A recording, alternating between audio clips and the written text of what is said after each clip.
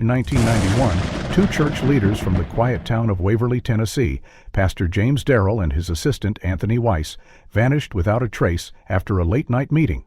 For years, rumors swirled, but no answers came. Then, over 2 decades later, a hidden room is uncovered beneath the church floorboards.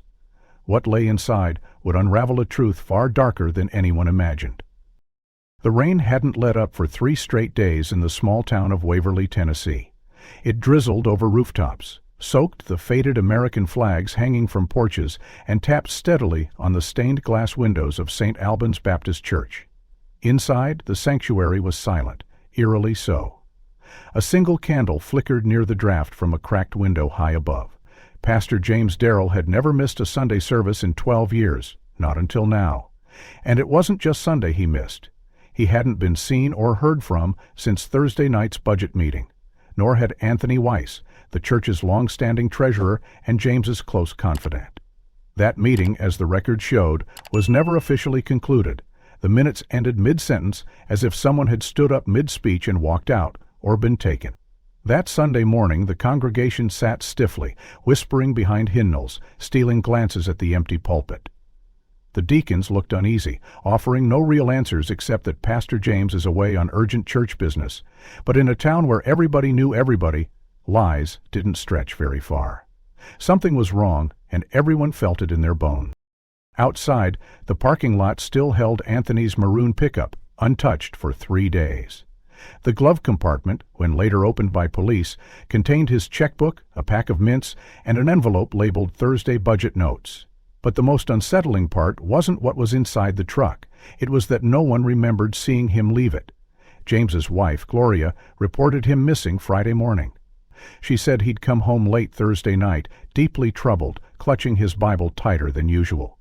They'd argued. She hadn't understood why he'd been pulling away the past few weeks. He hadn't been sleeping. "They're going to try to silence me," he had whispered once when she pressed him. "But I won't let it happen." It was the last thing he ever said to her. Meanwhile, Anthony's sister Marianne called the sheriff's office the same morning. "He was supposed to pick up our mother's medication," she said through tears. "He never misses that." 2 separate missing persons reports were filed within an hour of each other. Sheriff Rick Denton wasn't a man prone to theatrics. A second sectionation officer, slow to trust and even slower to speak, he treated every case like a drunk driving call until proven otherwise.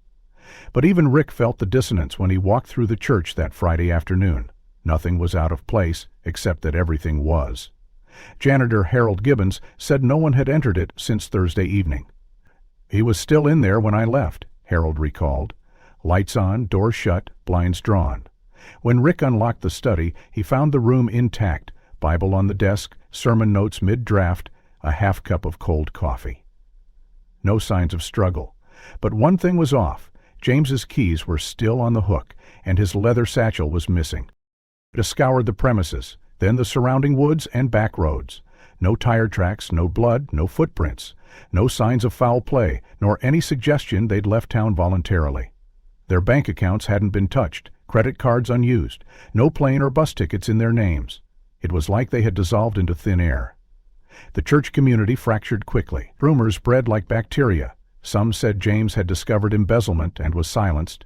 Others claimed Anthony had snapped, killed James in a fit of rage, then fled. There were even whispers that the two had run off together, but those were quickly dismissed.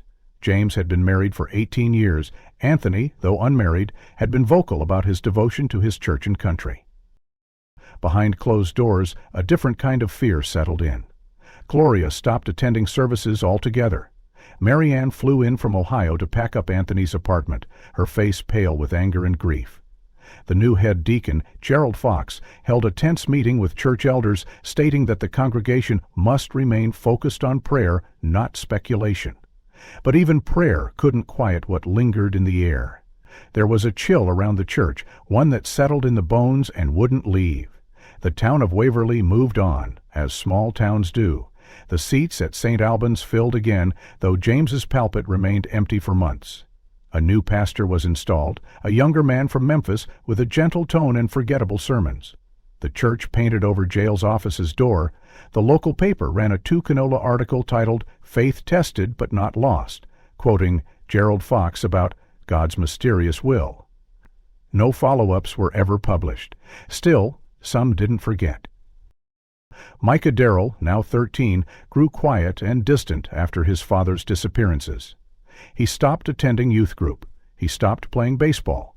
He spent more time in the attic with his father's books, thumbing through old sermon notes like scripture. One day, he once said to his mother, "I'm going to find out what happened."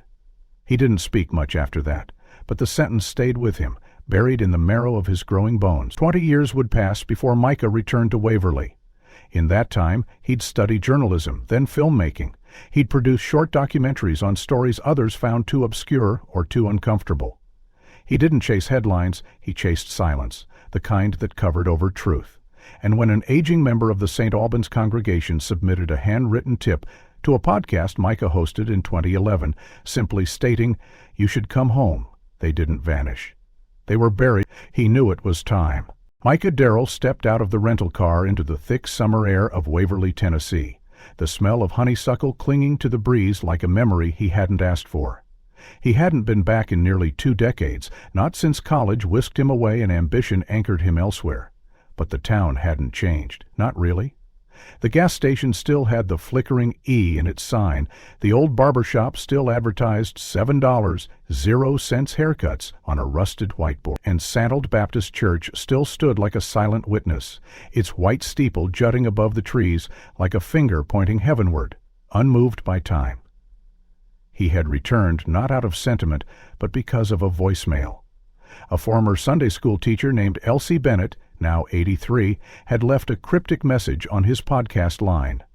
"There's something about your daddy I think you ought to know, Micah, but I can't tell it over the phone. You come see me, and don't tell nobody." He'd replayed it over and over, dissecting every tremble in her voice, every pause. And so, with a small camera rig and a notepad, he made the drive back, under the guise of filming interviews for a new series titled Vanished, America's Forgotten Disappearances. Elsie lived in a modest ranch-style home on the edge of town, surrounded by wild zinnias and old wind chimes.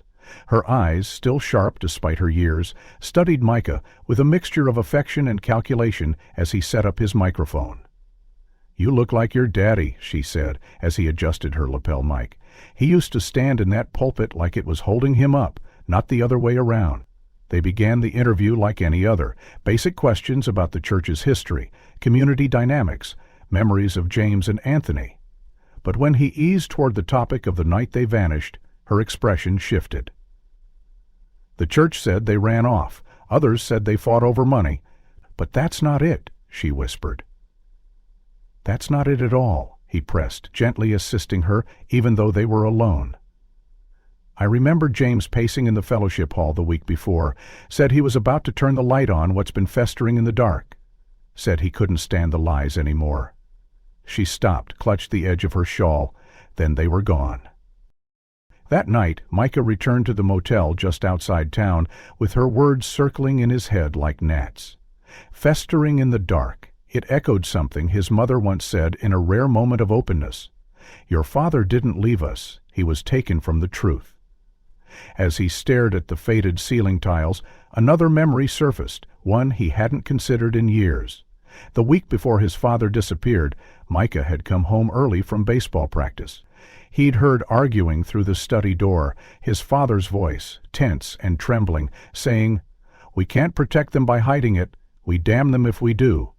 Another voice, unfamiliar and low, had responded, "You'll destroy the church if you go through with this." Then, silence. He got up, retrieved his father's old Bible from his duffel bag. He'd carried it with him for years, a ritual more than a belief. Flipping through the pages, a postcard fell out. It was yellowed and curled at the corners. The handwriting was his father's. On the back it read, "Remember room 3B, the door they'd bricked up." He stared at the words, his heart beating faster. Room 3B. No one had mentioned that room in any of the interviews he'd done. Curious, he drove to the county records office the next morning. The building plan archives were stored in a musty back room, but the clerk was more than willing to help once Micah dropped his father's name. They found an old floor plan from 1986. Room 3 be it behaged behind the sanctuary, marked as sources near the baptistry. But in a newer plan from 1993, it was gone. No mention, just a blank wall. Micah visited the church grounds alone later that afternoon. He walked past the fresh flower beds and into the side lot where the original foundation line ended. The bricks there were uneven, subtle, but clear. Someone had sealed that space. He knocked lightly. Clear, subtle. Back at the motel, he reviewed raw footage from interviews, rewatching every sentence, every pause. He noticed a strange tick in Deacon Harold Trent's expression when asked about the night James and Anthony vanished. His eyes darted toward the west wing of the church just before changing the subject. It wasn't definitive, but it was enough to spark Micah's instinct. He needed more context, more voices. He called Ann Weiss, Anthony's sister, now living in Kentucky. She was reluctant at first. "I've tried to forget all this," she said. "I lost 2 people that week, my brother and my belief in the church." But Micah's mention of room 3 stopped her. She grew quiet. "Anthony told me something once," she said slowly. "He said if anything ever happened to him, someone should look in the wall. He didn't say which one. Just—" The line went silent for a moment. "Find the wall, Micah," she finally whispered, "and you'll find the rock." The postcard weighed on Micah's mind like a stone in his pocket. He carried it everywhere that week, folded gently between the pages of his notebook. The words Room 3B circled and underlined in his father's familiar scrawl. The phrase nagged at him, unresolved, almost ominous. On his 3rd morning back in Waverly, he returned to his childhood home, a modest 2-rembrance house on Hickory Lane that his mother had reluctantly rented out after moving away. The current tenant, a young teacher named Casey, had agreed to let him explore the attic under the condition that he not move anything permanently. She offered a polite smile, clearly unsure why a documentary filmmaker wanted to dig through dust and forgotten furniture. Micah climbed the narrow pull-down stairs and entered the attic, greeted by the scent of old cedar and mothballs. Light filtered through a small window at the gable, casting long diagonal beams over covered boxes and stacks of yellowed books. He remembered this space vividly, remembered sitting cross-legged on the floor, flipping through sermon notes while his father paced behind him. Among the stacked crates, he found an old wooden box labeled James, Personal, its brass latch tannerged but intact. Inside were notebooks, photographs, a cracked fountain pen, and a worn leather wallet. But it was the framed picture beneath the pile that made him pause. It showed James standing beside Anthony, their hands resting on the church's wooden sign. Micah turned the frame over absently and noticed a small, raised bump beneath the cardboard backing. He peeled it away carefully, and there, taped in the center with brittle masking tape, was a tiny brass key. Next to it, written in ink now faded to brown, were the words 3B, Old Church Office. His breath caught. This wasn't just a symbolic clue, this was physical, real, and deliberate. He photographed the key, then slipped it into a zippered pouch in his backpack. Later that afternoon, he returned to the church. The main sanctuary was empty save for a few volunteers setting up for midweek prayer. He spoke with the groundskeeper, a stoic man named Tom Blevins, who'd worked at St. Albans since 1994. "Room 3B?" Tom repeated, furrowing his brow. "That don't ring a bell," Micah persisted. "The old plans show it just west of the baptistry. The wall's smooth now, but in the '86 layout, it's clearly marked." Tom hesitated. "I came on just after they did some major remodeling. I know we had a leak back then, tore up part of the west wing. Maybe they sealed it." Micah asked if there were blueprints from the time. Tom scratched his head. "Try the county archives. If they filed permits, it'll be there." The next morning, Micah drove to the Waverly Municipal Building, where a clerk named Janet helped him dig through stacks of permits and floor plans from the early 90s. They found a set labeled St. Alboin's Renovation, 1993. On the second sheet, in red pencil, was the notation, "Seal and reinforce Room 3B, convert to storage cavity." Brick over entry. It was real. It had been deliberately removed and forgotten. He spent the afternoon reviewing every angle of the church exterior, photographing brick patterns, window placements, trying to identify where the former entry might have been. Near the rear west wall, behind a row of trimmed shrubs, he noticed a stretch of brickwork that looked newer than the rest, less worn, the mortar brighter. There was no doorframe, but the dimensions matched the layout, and just below the lowest row of bricks, hidden in shadow, a faint metal latch protruded from the soil. He knelt, brushed away dirt, and uncovered the remnants of a rusted lockbox, its hinges crumbling. A former maintenance access, maybe, but one that hadn't been used in years. He tried the brass key. It didn't fit. It wasn't for this. That evening, Micah called a contractor he'd worked with on a previous documentary, a quiet, meticulous man named Reggie Flint, who'd helped open sealed basements and old buildings for film crews. Reggie agreed to drive up the next morning. "If it's just brick and plaster, we can get through without damaging the main structure," he assured Micah. "You'll need someone to document it. Witnesses, authority figures." Micah understood. He called Sheriff Denton's office and requested a historical site evaluation, citing unresolved disappearance investigations and a private property clause under his family's name. The request was grudgingly approved on the condition that a deputy supervise the work. Reggie arrived just past noon. He wore heavy gloves, carried a bag of tools, and had the manner of a man who didn't ask questions. As the deputy stood by with arms crossed, Reggie examined the western wall, tapped the surface gently, then harder. "There's a cavity back here," he confirmed. "This ain't solid through." The chisel hit the mortar. The first brick came loose with a crunch of plaster and dust. Then another. Behind the third row, a hollow blackness emerged, like a mouth opening in the stone. Reggie shined his flashlight inside. "There's a door," he whispered. "A full wooden door, hinges intact, covered in dust." Micah stepped forward. The latch was old but familiar, and hanging from it by a piece of twine, no bigger than a button, was a second key. He reached out slowly, took the key in hand, and realized it matched the one from the frame exactly. This one, however, bore a faint engraving on the shaft, 3B Interior. He inserted it into the knob. It clicked. The door groaned open, not with resistance, but with restraint, like it hadn't been opened in decades and knew too much. The smell hit first, dust, mildew, and something older, like aged wood and forgotten paper.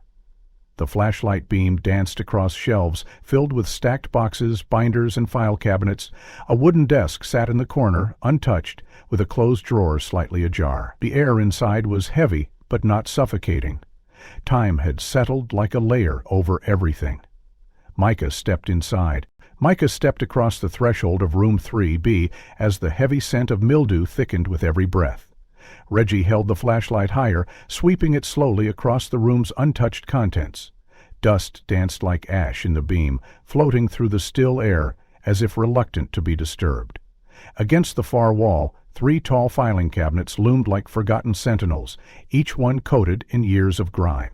A low wooden desk sat crooked in the far corner, one leg shorter than the rest, balanced awkwardly on an old hymn book. The faint rustle of paper shifted as Micah moved closer, his steps muffled by the thick layer of debris on the floor. He opened the top drawer of the desk and found a stack of yellowed envelopes, each labeled meticulously in his father's handwriting. Statements confidential, Timmons transfer log /1990.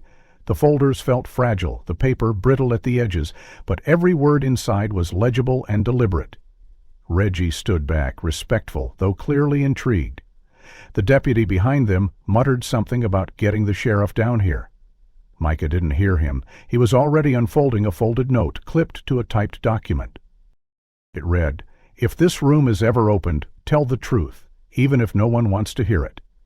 He opened a large black ledger next, thicker than the others. Inside, rows of names were written in 2 columns, first names only on the left, and what appeared to be date ranges and dollar figures on the right. The names included Rachel M., Clara T. Beside each one, James had written short notes. 19, choir intern, pulled from program without cause. Left church abruptly after meeting with finance board. Parents asked to stop attending services, no formal letter. At the bottom of the page, in red ink, someone, James or Anthony, had written, "All were compensated via discretionary fund," labeled Outreach Grant A. Micah felt his pulse thudding in his ears. He reached into the cabinet and found cassette tapes labeled Audio AUG 3, 1990. Audio, Weiss interview, And so testimony Claire T. His hands shook as he inserted the first tape into a portable recorder left nearby, still functional after all this time. A faint hiss filled the room, followed by his father's voice. Calm, deliberate. "This is Pastor James Darrell, recording a protected statement on the matter of internal misconduct. I am joined today by Mr. Anthony Weiss. What we are about to document must not remain hidden. We are proceeding without the consent of the church board due to the gravity of these allegations." Another voice followed, low and hesitant. It was Anthony. "We have identified repeated misuse of church funds under the guise of outreach, with sums traced directly to families who left the congregation shortly after private meetings with Deacon Trent, Elder Galloway, and Sister Helen Boyd." James continued, his voice steady but pained. "We have gathered 4 testimonies from young women within the youth ministry who have described inappropriate encounters, coercion, and in some cases, threats, if they spoke out." Micah stopped the tape, bile rising in his throat. This wasn't just negligence, it was systemic, deliberate concealment. And the names, he recognized them. Harold Trent still served as deacon.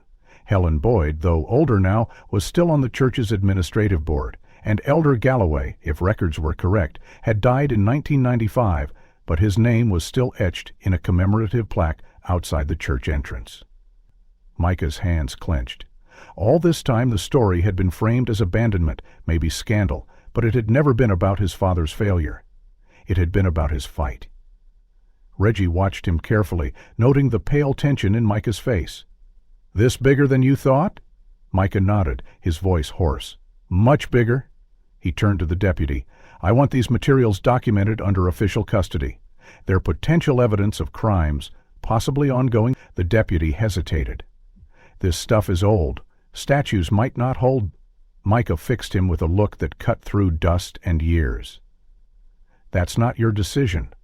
This room was bricked shut for a reason, and the people who did it might still be sitting at the front pew every Sunday." The deputy finally relented, radioing for backup. Micah returned to the desk, opened a thick envelope marked Claire Timmons' full statement. Inside was a handwritten letter, dated June 1990. The first paragraph read, "I am writing this in trust with Pastor James and Mr. Weiss. I want to tell what happened, but I am scared. I was told that if I spoke, I'd ruin the church, my parents' names, and be sent away. But it happened. More than once, and he said if I didn't smile and act normal, people would think I was crazy." She had signed it at the bottom, the ink slightly smeared, followed by a shaky sentence, "Please help me make it stop." Micah sat back, heart pounding. These were his father's last months. This was the cause he had died trying to bring to light. Not embezzlement, not church politics. Protection. The ledger, the audio, the statements, they were all pieces of a much larger picture, one that had been carefully painted over by decades of polite silence and carefully worded prayers. The door behind them creaked as another deputy stepped in with gloves and evidence bags. Reggie began packing boxes under Micah's direction, and soon the room that had remained sealed in time became a crime scene. Micah watched as labels were applied, folders were tagged, and each cassette placed in protective sleeves. The truth had a smell, he realized, musty, sharp, like stale air and unfinished business. He wondered how long his father and Anthony had sat in this room, compiling records, whispering strategies, weighing consequences. How close had they come to going public? And who had known enough to silence them? His father's voice echoed in his mind from the recording. "We are proceeding without the board's consent." That meant someone else knew, someone powerful enough to break a room and turn the town's gaze away. The contents of room 3B weighed heavy on Micah's shoulders as the evidence was transferred to the sheriff's department for forensic examination. He didn't sleep that night, instead poring over every document he had scanned, every tape he had copied, replaying the same sentence over and over in his father's recorded voice. "If anything happens to us, it was because we refused to stay silent." Those words looped in his mind as dawn broke over Waverly, painting the windows of his motel room with pale, uncertain light. That morning, driven by something beyond curiosity, perhaps duty or desperation, he returned to the county records office and requested full architectural blueprints of St. Albans prior to the 1993 renovations. The clerk, Recognizing him now, and likely aware of the reopened investigation, Orm responded, a dusty rolled-up copy from the back of the storage vault. Micah unrolled it right there on the lobby table, anchoring each corner with a notebook, a phone, a bottle of water. He traced the outline of the west wing, then followed a faint line, a narrow corridor labeled Maintenance Access, Lower Utility Vault, leading directly beneath the sanctuary. The notes beside it indicated it had once been used for heating access in the 1970s before being closed off after a flood incident. In the current blueprint, the area was missing entirely, no record of its existence. Later that day, armed with the old blueprints and a search permit granted under the church with Deputy Shaw and Reggie Flint, the three stood in the sanctuary, sunlight filtering through stained glass and casting fractured colors over the worn wooden pews. Micah pointed to a square section of the flooring just behind the pulpit, an area now covered by a thick velvet rug. Beneath the rug, the faint outline of a wooden hatch had been sealed over with a thin concrete slab. Reggie scraped the surface gently, then harder, revealing the edges of the hatch frame. "Somebody didn't want this opened," he muttered, pulling out a small jackhammer. Within minutes, they had broken through the concrete layer, revealing a rusted latch and a recessed handle. With effort, Reggie pried it open, releasing a gust of stale, cold air that smelled like rot and forgotten years. The hole beneath yawned wide and black, a short ladder descending into shadows. Micah descended first, flashlight gripped tight, the beam piercing cobwebs and dust motes suspended like ghosts. The floor below was earthen and damp, a narrow space reinforced with cinder-block walls and wooden beams blackened by moisture. Pipes ran across the ceiling, long since corroded, dripping condensation into shallow puddles. In the far left corner of the vault, partially hidden by a stack of warped crates, lay two large lumpy forms, wrapped in what appeared to be industrial tarps. Micah froze. The flashlight beam trembled slightly in his grasp as he approached, Reggie's boots thudding softly behind him. The tarps were thick with dust, but a faded monogram could still be read near the corner. Church property. Albans. Deputy Shaw radioed in for immediate forensic backup as Micah crouched beside the nearest bundle. Carefully, he lifted the tarp edge, revealing bone yellowed with age, but unmistakably human. The second bundle revealed the same. Beneath the wrappings of the second figure, Micah found fabric, faded purple cloth with gold threading. A pastoral robe. Near the hand bones, still intact, was a wristwatch, its glass cracked, its leather band worn and... Micah stared at it, recognizing it instantly. It had been a gift to his father for his 35th birthday, engraved on the back. To James, a shepherd to all. He didn't cry, not yet. There was too much still unknown, too much still hidden beneath the surface. Hours later, the forensic team arrived. The basement was cordoned off, and the remains were exhumed under strict procedures. Photographs were taken, measurements logged, the bodies were transported to the state lab in Nashville for identification and autopsy. Micah sat in the sanctuary alone as night fell, listening to the silence of the church his father once led, the floor beneath his feet now revealed to have held more than faith. 3 days passed before the results came back. Sheriff Denton called Micah personally, his voice quieter than usual. "They ran the DNA," he said. "The first set of remains is your father, James Darrell. The second is Anthony Weiss." Micah closed his eyes. He had known, but hearing it confirmed settled something cold in his gut. Denton continued. "The coroner's preliminary analysis shows no signs of blunt force trauma or sharp injuries. No signs of blunt force trauma or sharp injuries. No broken bones, no defensive wounds." Micah waited. "They died from asphyxiation, lack of oxygen, likely from being sealed in that space with no ventilation. Time of death, estimated within hours of the date you gave us, August 15, 1991. Micah gripped the phone tighter. "So they were locked in there," he said. Denton exhaled slowly. "That's what it looks like. No way out, no air coming in. We found fingernail marks on the wood near the hatch. They tried to get out." The image lodged in Micah's mind with vicious clarity. His father and Anthony trapped, clawing at the underside of the church floor while the congregation sang hymns above. "What?" he asked, more to himself than to the sheriff. "They weren't trying to run. They were trying to expose the truth. Denton hesitated.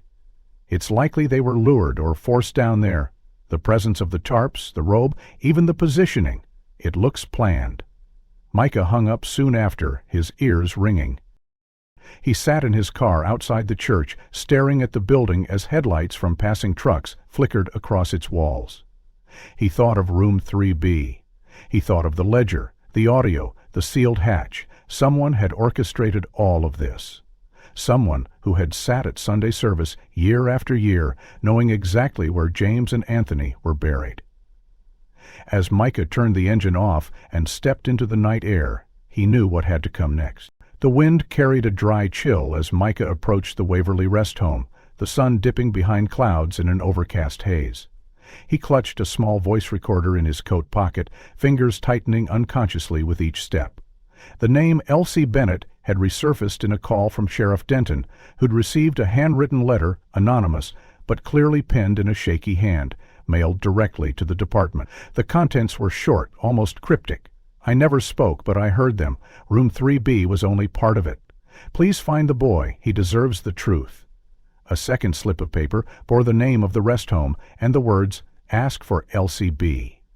Micah remembered Elsie vaguely, a quiet woman who used to mop floors and sweep the aisles between pews during evening services when he was a child.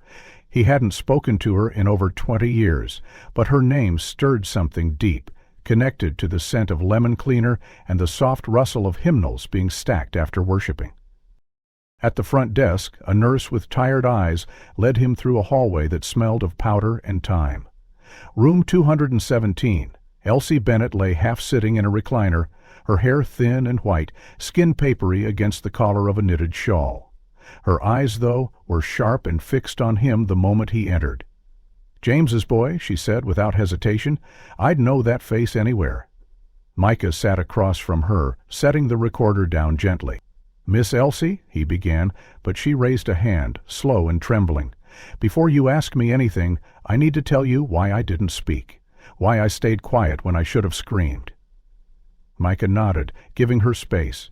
She took a sip of water, the glass rattling slightly in her grasp. "It was August 15, 1991, she began. "The night they disappeared. I was there, Micah, cleaning like I always did after the finance meetings. I wasn't supposed to be in the west wing, but the mop sink in the east hallway was leaking. I walked through the back corridor, near the sanctuary, past the pulpit where that old hatch used to be, and I heard it. Crying, voices, muffled but real." Micah leaned forward. "You heard them? My father and Anthony?" Elsie nodded slowly. "I didn't know it was them then, just voices calling out. One kept repeating, 'Please, somebody help us.' The other was weaker, just coughing." I froze. I listened again. They were coming from beneath the floor. Her eyes glistened. I dropped my mop and ran straight to the council office, where Deacon Trent and Elder Galloway were still talking. Her voice quivered. I told them I heard someone trapped, that they needed help, and Deacon Trent looked me square in the eye and said, 'Miss Bennett, this doesn't concern you. You were never here.' You didn't hear anything?" She paused, her hands twisting the corner of her blanket.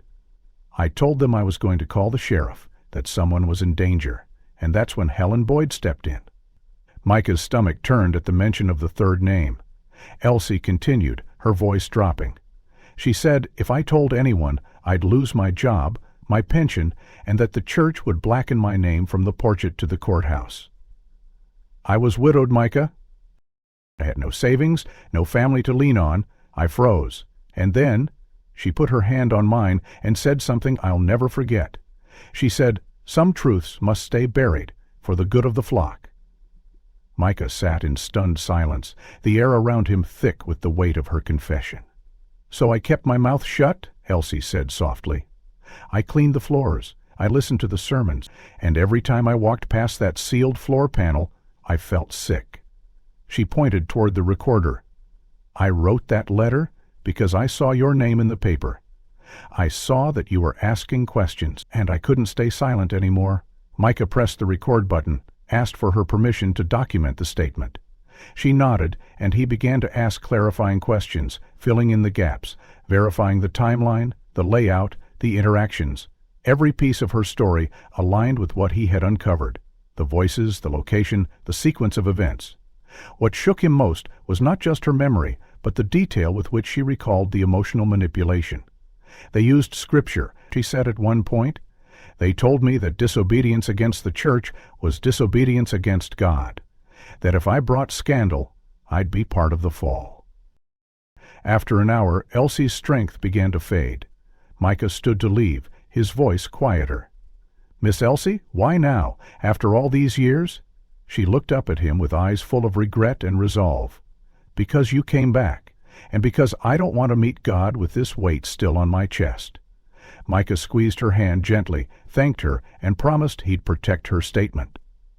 As he walked down the hallway of the rest home, past old photographs and faded birthday cards tacked to corkboards, his mind reeled. Back in his car, he played the recording again, letting her voice echo through the cabin like a sermon. Elsie had confirmed what he suspected. James and Anthony hadn't been taken randomly. Their silencing was premeditated, coordinated, executed by individuals who had continued to operate beneath the facade of righteousness. And perhaps worst of all, they had used fear, not just of punishment, but of spiritual exile, to bury the truth. Micah stared at the sky as dusk gave way to night, the clouds heavy above him. There were still names in the ledger he hadn't traced, still testimonies he hadn't found. But now he had his first living witness. The recording of Elsie Bennett's confession played over and over in Micah's mind as he sat in his motel room, headphones pressing tight against his ears, her voice trembling but determined. Her admission had cracked the facade wide open, and now every piece of evidence felt heavier, more charged with meaning. He opened the old folder labeled Testimony Claire from room 3 and stared again at the signature scrawled at the bottom of the handwritten letter, the ink slightly smudged but legible. Claire Timmons, age 17. He flipped through the pages once more, pages that described in harrowing detail how she had been coerced, manipulated, and eventually cornered into silence by members of the church council under the guise of spiritual discipline. James and Anthony had taken her statement just weeks before they vanished, and that connection now screamed for clarity. A quick online search brought up a licensed vocational nurse named Claire Timmons, working at a hospital in Fort Worth, Texas. Micah hesitated only a second before dialing the number listed for her department, his voice steady as he introduced himself. "My name is Micah Darrell. I believe your name is in an old file connected to my father, Pastor James Darrell, who went missing in 1991. The line went quiet, the silence thick. "I'm not sure I can help you," she said finally, her voice guarded. "I've tried to forget that time, but when he mentioned the discovery of the basement, the confirmation of the remains, and the document bearing her signature that he now held in his hands, she went still again. I didn't think anyone would ever bring me the only one who listened." They arranged to meet that weekend in a neutral location, a public park on the edge of Fort Worth, under a white oak tree near the jogging trail. Claire arrived in a modest gray sedan, dressed in scrubs and a light jacket. She looked wary but not fragile, her eyes scanning the area before settling on Micah. "You look like him," she said as they shook hands. "Not just the face, the way you stand like you're bracing for something." They sat on a bench beneath the tree, and Micah explained his project, his findings, the interview with Elsie, and the evidence he'd uncovered. Claire listened in silence, nodding occasionally, her fingers twisting a ring on her right hand. When he asked if she'd be willing to share her story on camera, she hesitated. "I've buried this for 30 years, she said. "I moved states, changed my name briefly, went back again. I didn't even tell my husband." Micah waited. "But I still have it," she added. "The letter they made me sign." She handed him a manila envelope from her bag. Inside was a folded document titled Confidential Reconciliation Agreement for Church Youth Only, dated August 2, 1990. The language was vague, legalistic, but damning, a statement of absolution, an agreement never to speak publicly about a misunderstanding, and a non-disclosure clause tied to a $5,000 0 grief relief grant. The signature at the bottom was hers, next to those of Helen Boyd and Harold Trent. "They told me if I didn't sign, my parents would be expelled from the congregation," she said, her voice tightening. "They said my story would ruin everything, the music program, the youth ministry, the reputation of the church. I was 17. I didn't even know what a lawyer was supposed to do." She looked away, but James knew. He found me crying outside the sanctuary one night and asked me to tell him everything. He didn't flinch, not once. He just listened. Micah recorded her story the next day using a small camera and lapel mic he kept for field interviews. Claire recounted everything, how she had been singled out by a mentor in the youth choir, how she was invited to private spiritual mentoring sessions, and how those encounters escalated over months. When she tried to tell her parents, they reported it to the board. That's when the intimidation began. "It about my attitude," she said, her eyes narrowing. "Said I was rebellious, that I had impure thoughts, that I had impure thoughts." They turned my pain into something sinful. The camera caught every tremor in her voice, every glance toward the church hallway stretching into the past. James and Anthony were the only ones who looked me in the eye. They told me they'd bring it to light, and then they were just gone. Micah asked if she'd ever heard from anyone else involved, Helen, Harold, even other girls who might have experienced the same. Claire shook her head. "I think most of us moved away, or broke. Some don't want to remember. Some still think talking will bring shame. But shame doesn't live with me anymore." At the end of the interview, she stood and looked at the camera. "My name is Claire Timmons. I was a victim of spiritual abuse in St. Albans Baptist Church, and I am not afraid to say it anymore." Micah packed up his gear with quiet reverence, understanding that this wasn't just footage for a documentary, it was testimony, justice in motion. Later that night, back at his temporary editing setup, Micah synced Claire's footage with the archival materials from Room 3B, cross-referencing dates, dollar amounts, and names. Everything aligned. Her statement filled a gap that had long ached in the narrative. A living voice, unbroken, tying the conspiracy to the flesh and blood impact it had wrought. He drafted a rough segment for his film, inserting Claire's statement after Elsie's audio, followed by the page from the ledger bearing Claire's initials. The transitions were seamless. The truth was becoming undeniable.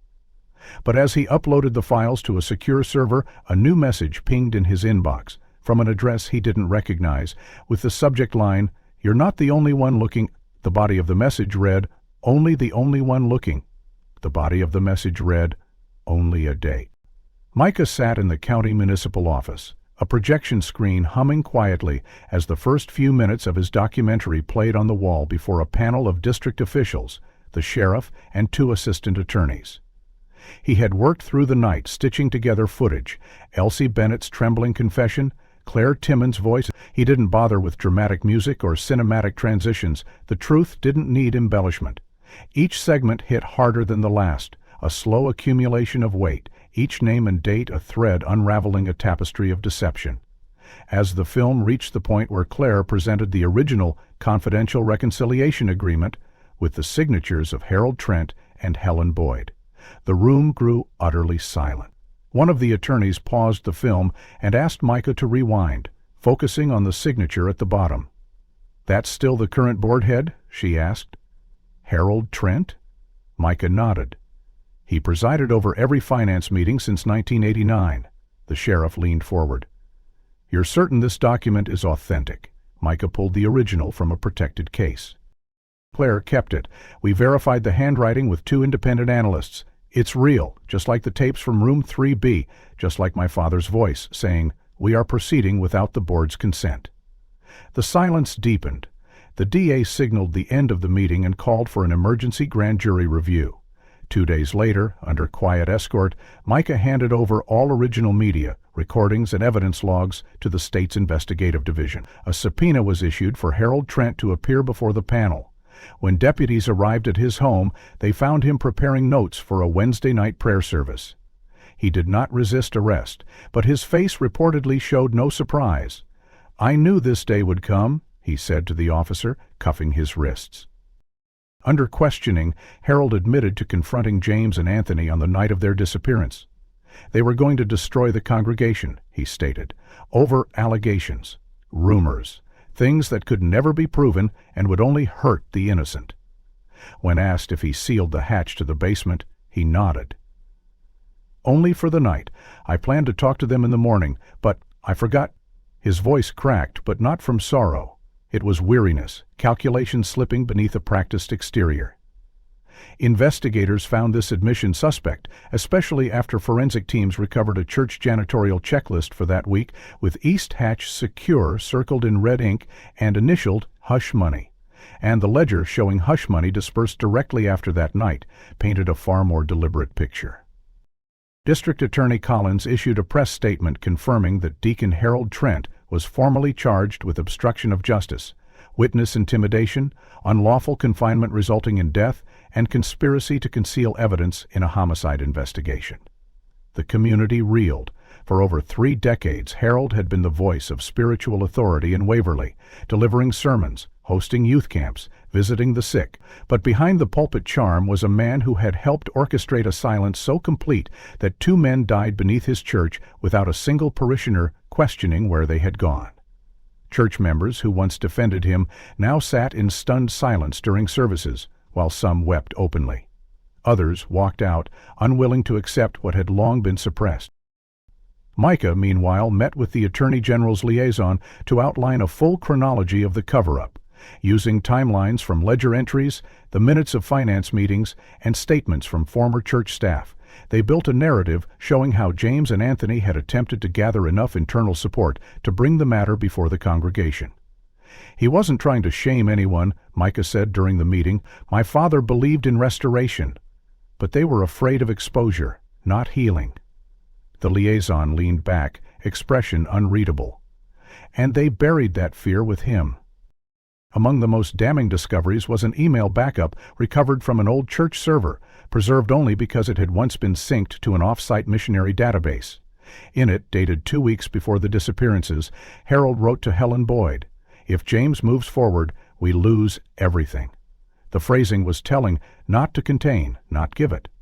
This email, coupled with the physical evidence and Harold's own partial confession, left little doubt about the intentionality behind their actions. Still, Harold maintained in interviews that he didn't intend for anyone to die, repeating the claim that he had forgotten to release the latch. Micah watched his arraignment from the courthouse gallery, heart pounding, as Harold stood before the judge, gaunt in an orange jumpsuit, hands clasped. When the charges were read aloud, he blinked once, then stared forward, unmoving. No one from the church was there to support him. The courtroom felt like a vacuum, a silence filled only by the clicking of pens and the soft shuffle of papers. Afterward, Micah stepped outside, the cold wind biting across his face. Reporters hovered nearby, their questions urgent. "Do you feel justice has been served?" one asked. Micah paused. "Justice started the day we stopped pretending these men were myths. They were human, and they were betrayed." That evening, Micah returned to the editing room he'd rented inside an old community center, a place quiet enough to think. He worked through the final sequence of the documentary's first chapter, splicing in the courtroom footage, overlaying it with a still shot of the church. In a soft voiceover, he quoted one of his father's final sermon notes, "Recovered from room 3B, truth left in darkness does not die, it waits. And, when it wakes, it will not whisper." As he safed a segment, another email arrived, this time from a former church secretary, now living in Arizona. The subject line read, "I know where the rest of the records went." The morning after the former church secretary's email arrived, Micah met with state investigators and turned over the newly forwarded files, digital scans of meeting minutes, financial notes, and restricted internal correspondence from the church's leadership between 1989 and 1991. These records, retrieved from a forgotten off-site filing service the church had briefly used before upgrading to modern bookkeeping, revealed what investigators described as the final missing layer of organizational knowledge. Among the most damning documents were handwritten notations by Helen Boyd regarding youth leadership transitions and reputation containment plans, as well as several requests for quiet resolution funds, all marked confidential and distributed without oversight. The documents painted a vivid portrait of a board more interested in protecting its image than addressing abuse, reinforcing the systematic nature of the cover-up.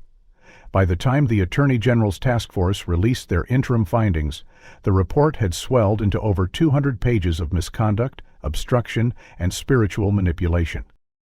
The entire leadership of St. Albans was placed on administrative leave, pending a full federal inquiry, and the church building itself was temporarily shuttered by court order.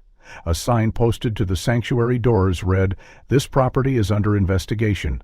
No entry permitted without judicial authorization." News of the scandal spread quickly. What had begun as a local mystery now became national headlines. "Church silence. Decades-old cover-up, exposures in Tennessee," read the bold letters on national broadcasts. Micah found himself at the center of a media storm, fielding interview requests from network anchors, podcasts, and advocacy groups. He gave few interviews, choosing instead to focus on finishing the documentary and coordinating with victims and their families.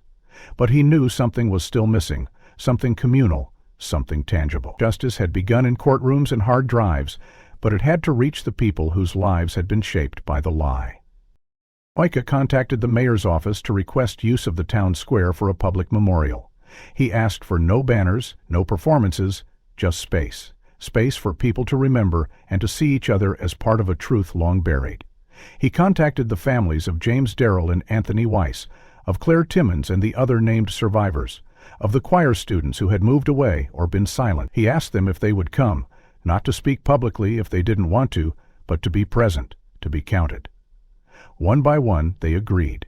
The town council approved the event without hesitation, citing public healing and civic necessity. Flyers were printed, word spread online.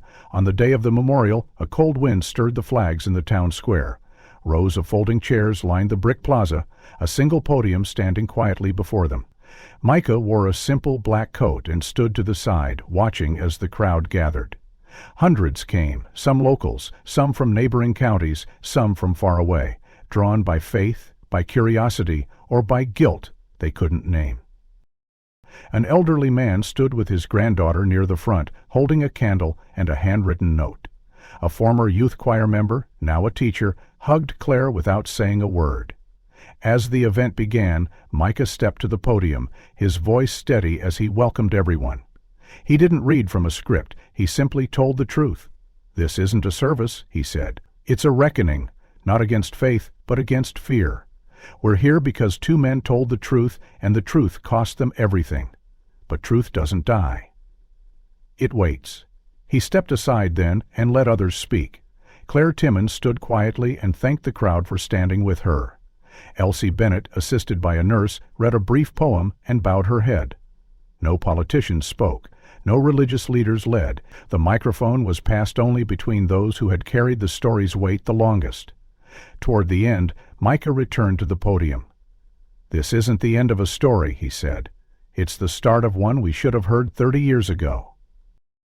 The event was filmed quietly by a small camera crew, but it was the still images that spread fastest, photos of people standing shoulder to shoulder in silent unity, of candles held high as the sun set behind the courthouse dome. National outlets picked up the story again, "Truth in the Town Square," one read. Another, advocacy groups contacted Micah requesting screenings of his documentary, while school districts asked permission to use excerpts for ethics discussions. Survivors from other towns reached out anonymously, inspired to come forward with their own histories. Yet amid the growing wave of exposure and conversation, Micah felt something deeper shifting. They were acknowledging. The silence had been broken, and in its place, something raw but real had begun to grow. That night, after the last chair was folded and the candles extinguished, Micah returned alone to the steps of St. Albans. The building stood dark, windows boarded, a perimeter marked by caution tape. But Micah wasn't looking at the structure. He stared at the ground beneath the steps, the earth that had covered his father's grave for decades, hidden in plain sight. He knelt, pulled a small notebook from his cap, and wrote a single line. "The soil remembers what men forget." Behind him, footsteps approached. A month after the memorial, Micah stood at the edge of the courthouse steps as the verdict was read aloud. Deacon Harold Trent, once the most respected spiritual figure in Waverly, had been sentenced to 18 years in state prison without the possibility of parole for his role in the deaths of Pastor James Darrell and Anthony Weiss. The courtroom had been packed, journalists, survivors, local residents, and quiet observers from nearby congregations. The judge's voice was stern but not theatrical as he listed the charges: conspiracy, unlawful confinement, obstruction of evidence, and coercion of a minor witness. Harold had stood still, his expression unreadable, lashed to a thin, colorless line. When asked if he had anything to say, he looked toward the gallery, where Micah sat beside Claire Timmons and Elsie Bennett, and murmured, "I only wanted to protect the church." The judge had not flinched. "You protected an institution," he said, "but you destroyed people. And that is not righteousness. That is cowardice." With that, the gavel fell. The following week, the Tennessee Baptist Coalition announced that St. Albans Baptist Church would be placed under full administrative review, and the existing church board was formally dissolved. A transitional committee of external pastors and legal advisors was installed to oversee operations and ensure structural reform. Among their first acts was issuing a public letter of apology, signed by interim leaders and posted on the church's official channels, acknowledging the decades of silence, the mishandling of abuse allegations, and the failure to protect the vulnerable. Financial reparations were made available to verify survivors, with Claire Timmons receiving the first of several settlements earmarked for counseling, lost wages, and legal costs. More importantly, she and others were offered space to speak, not from behind closed doors, but in forums organized by the town and the restructured church, where their stories were no longer taboo, but necessary. Micah, meanwhile, completed final edits on his documentary. He titled it Silence Beneath the Dome.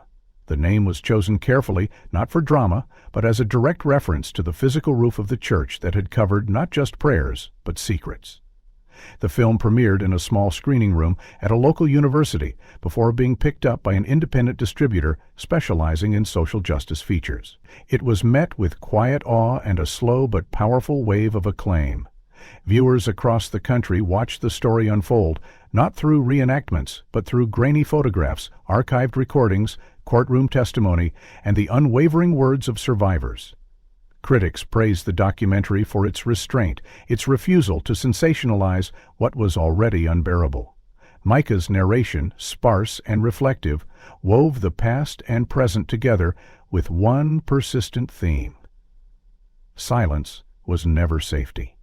In the final scene, the camera lingered on a single frame of Room 3B, now fully restored for historical preservation, with a plaque that read, "Let this space remind us, secrets buried in the name of faith are not holy." When the film was released nationally, Micah was invited to speak on panels and at conferences, though he declined most of them. Instead, he returned home, not to the motel or courthouse, but to the modest brick house on Hickory Lane that had once been his family's.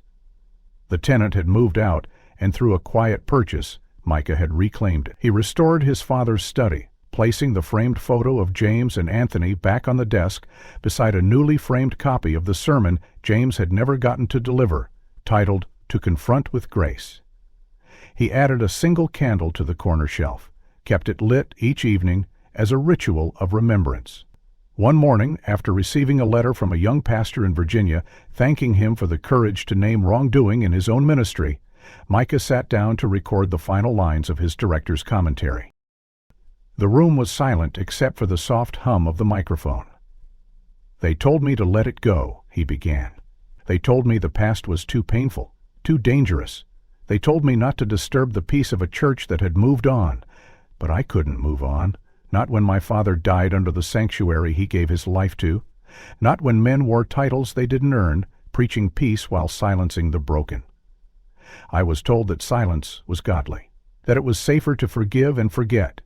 But I have learned that real forgiveness only comes after the truth is spoken. This story isn't just about what happened in Waverly. It's about what happens anywhere fear is dressed as reverence, and cowardice hides behind stained glass. They told me not to bring it up again, but a pastor's son cannot live forever in silence." He clicked the recorder off and exhaled. In the months that followed, the town changed, slowly, yes, but visibly. A new youth choir formed under the supervision of trained counselors. The town library added a section on spiritual abuse and ethical leadership. Sunday sermons across the region began referencing James Darrell's name, not as a martyr, but as a man who dared to do right. And every year, on August 15th, the square filled again, not with cameras, but with people who remember, people who lit candles, people who no longer whispered. For Micah, justice had never been about retribution. It had been about clarity, about giving his father the final word. And finally, after 31 years, that word had been heard. If this story moved you, consider subscribing so you don't miss the next one. I'd love to hear your thoughts. What part struck you the most? And where are you watching from? Drop a comment below and let's talk.